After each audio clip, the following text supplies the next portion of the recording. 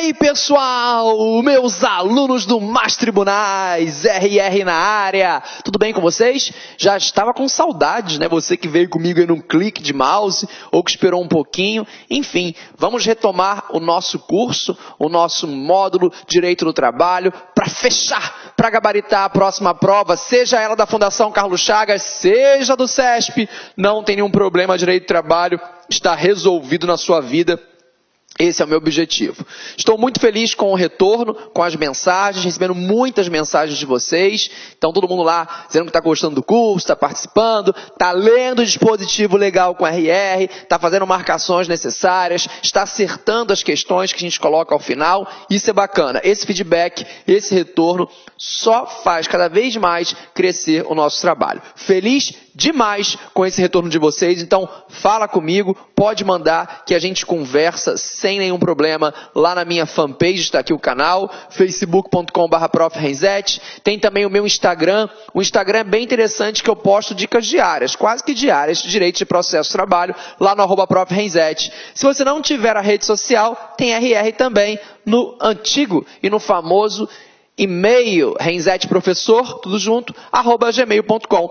Aproveito ainda para te convidar para curtir a fanpage do Mais Tribunais. Então, na fanpage do Mais Tribunais, vamos postar também várias notícias dos concursos, as dicas, onde que o RR vai estar, as caravanas. Então, todas as informações você encontra na fanpage do Mais Tribunais. Te espero lá também, tá? Fica aí o convite. Pois bem, a nossa aula de hoje, vamos tratar da temática da suspensão e da interrupção do contrato de trabalho. Qual é o grande foco nessa interrupção e suspensão do contrato de trabalho? Nós precisamos observar que vão existir durante o contrato de trabalho algumas situações em que a prestação de serviço pode ser interrompida ou suspensa. Ou seja, não vai existir a prestação de serviços, mas diante do princípio regra, do princípio da continuidade, o contrato de trabalho não será extinto. Então, repetindo, eu não vou ter a prestação de serviços, ok, mas diante do princípio regra, desse princípio da continuidade do contrato de trabalho, o contrato não será extinto. Qual é a diferença clássica entre a interrupção e a suspensão do contrato de trabalho? Eu até fiz um quadrinho, mas para a gente poder bater um papo aqui. A paralisação do contrato de trabalho, onde há o principal fator, que é a suspensão do salário, né, o empregado não recebe, eu vou chamar de suspensão. Então, sem trabalho e sem salário é a suspensão do contrato de trabalho. Já quando ocorre a paralisação das atividades, ou seja, da prestação de serviços em si, mas permanece a obrigação do empregador remunerar o empregado, vamos chamar de interrupção do contrato de trabalho. Veja, o ponto característico, tanto da interrupção, o ponto comum, melhor dizendo, tanto da interrupção quanto da suspensão do contrato de trabalho, é que não há a prestação de serviços. Então, tenho suspensa a prestação de serviços. Ocorre que na suspensão do contrato de trabalho, eu tenho a suspensão do serviço, da atividade, é verdade, mas também tenho a suspensão temporária, óbvio, do pagamento, da remuneração. Por isso que eu digo suspensão, sem trabalho, sem salário. Já na interrupção, eu não tenho a prestação de serviços, mas permanece lá a remuneração pelo empregador. Ou seja, o empregado permanece recebendo salário. Então, fiz um quadrinho que vai tentar auxiliar bastante nesse ponto. Ponto comum entre eles, né? Interrupção e suspensão do contrato de trabalho. Não há prestação de serviços. Esse aqui é o ponto comum, é o clássico. Já na interrupção, o empregado recebe salário. Na suspensão, o empregado não recebe salário. Na interrupção, a contagem como tempo de serviço, ou seja, a causa interruptiva permanece a contagem do tempo de serviço. Já na suspensão, não há contagem como tempo de serviço e o destaque aqui é a regra. Em regra, não há contagem por tempo de serviço. Na interrupção, permanece os depósitos, o recolhimento do FGTS, o que não ocorre na suspensão do contrato de trabalho em regra.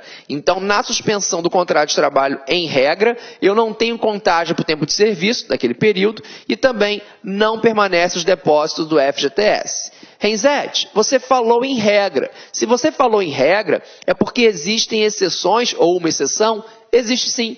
Existem 2 exceções. Então fala que eu vou abrir uma observação agora no meu caderno. Agora não. Vou falar daqui a pouquinho. Fica aí e não desista de mim. Tá bom? Esse quadro aqui, ele é bem interessante. Vamos então, inicialmente, passar para a análise das hipóteses de interrupção do contrato de trabalho, onde não há a prestação de serviços, mas o empregador permanece pagando salários. Você deve abrir o artigo 473 da CLT e já vai uma sugestão. Devora o artigo 473 da CLT, principalmente se você vai fazer prova só de técnico. Eu não disse que não cai para analista, mas nas provas de técnico, esse dispositivo despenca. Então você precisa conhecer com detalhes o artigo 473 da CLT, que diz assim lá no seu caput. O empregado poderá deixar de comparecer ao serviço sem prejuízo do salário. Lá vai a dica do RR. Sempre que você observar no comando de uma questão que falar em sem prejuízo do salário, você não perde nem tempo e já vai rapidamente apontar como uma hipótese de interrupção do contrato de trabalho. Se eu não trabalho e permaneço recebendo salário, a hipótese é sim de uma interrupção. Então diz o inciso 1.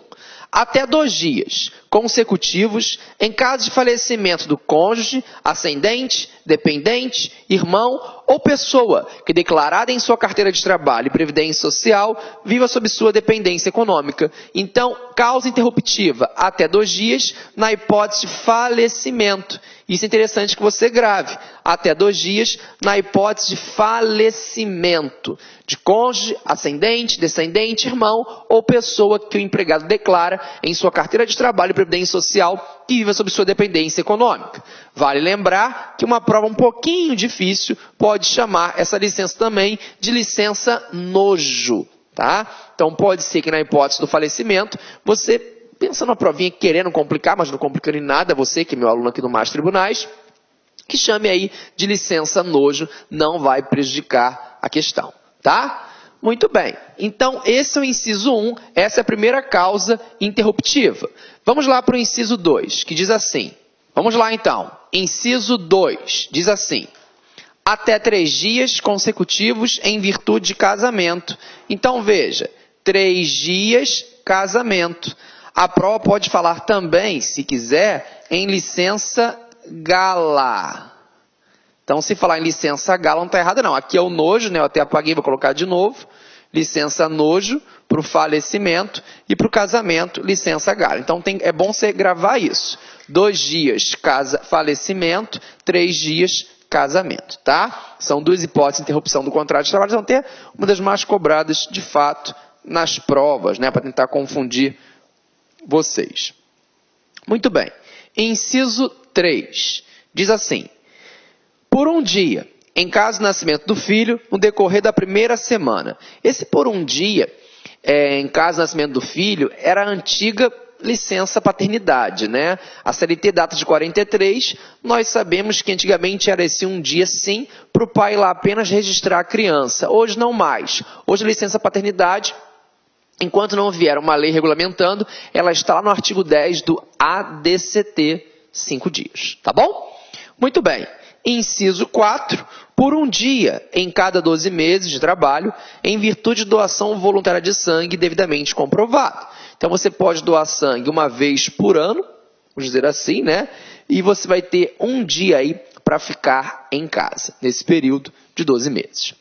Inciso 5, até 2 dias, consecutivos ou não, para o fim de se alistar eleitor nos termos da lei respectiva. Gosto muito disso, pensando até em uma prova, né, bem capciosa.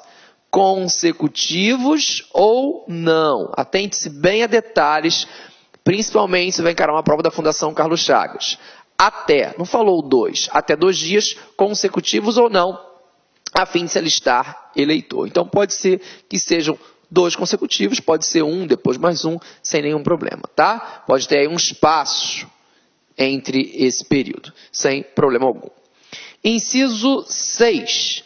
No período de tempo em que tiver de cumprir as exigências do serviço militar referidas na letra C da lei tal. Atente-se aqui. Para cumprir, eu gosto dessas palavras de prova, né? Exigências do serviço militar, nós vamos chamar de interrupção do contrato de trabalho. Para prestar o serviço militar obrigatório, chamaremos de suspensão do contrato de trabalho. Renzetti, ficou teórico para mim, eu não entendi. Me ajuda na hora da prova? Claro que sim. Cumprir exigências do serviço militar, nós podemos pensar naquela hipótese que o empregado vai jurar uma bandeira, vai entregar um documento, isso é cumprir exigência.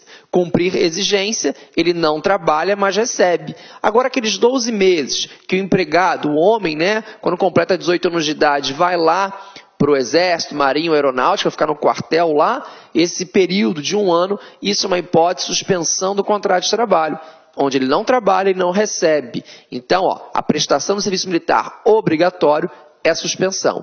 Cumprir exigências, interrupção, não confunda que isso pode aparecer aí na sua próxima prova.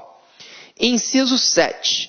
Nos dias em que estiver comprovadamente realizando provas de exame vestibular para ingresso em estabelecimento de ensino superior. Cuidado! É exame de vestibular, ninguém falou em concurso público.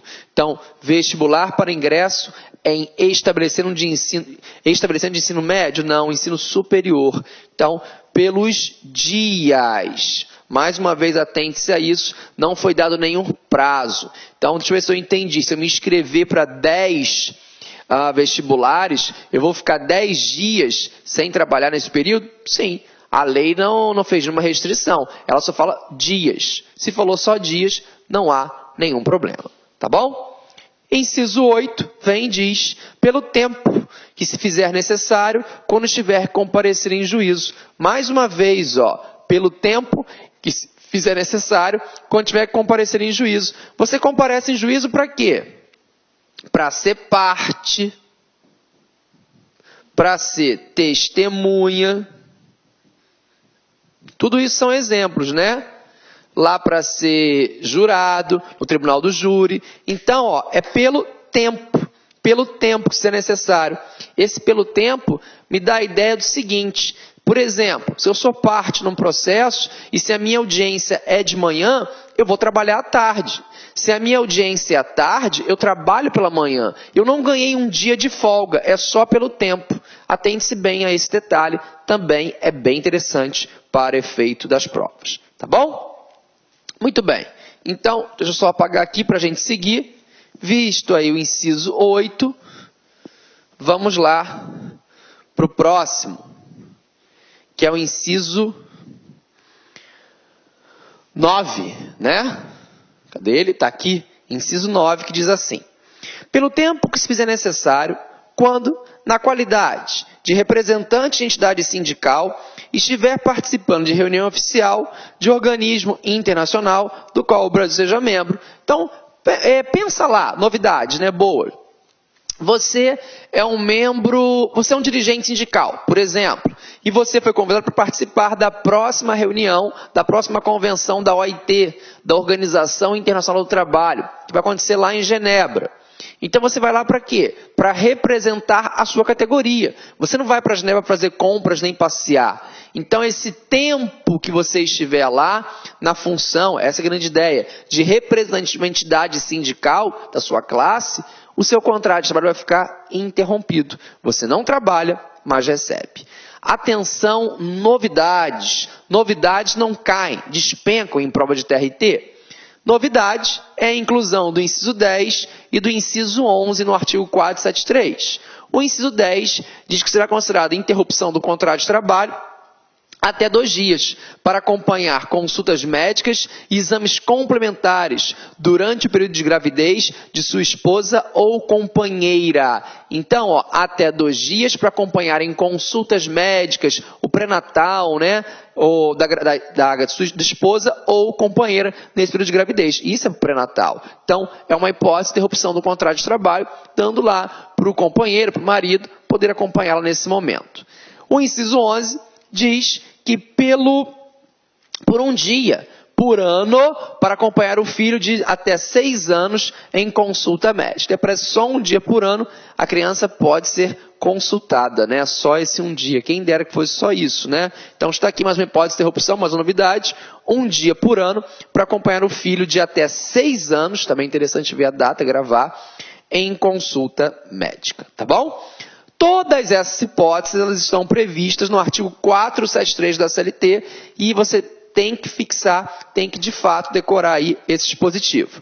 Agora nós temos outras situações em separado, como a licença paternidade, que nós já falamos, que ocorre no prazo de 5 dias, conforme previsão do artigo 10, inciso 2, parágrafo 1º lá do nosso ADCT. ADCT, para quem não sabe, são os atos de disposições constitucionais transitórios.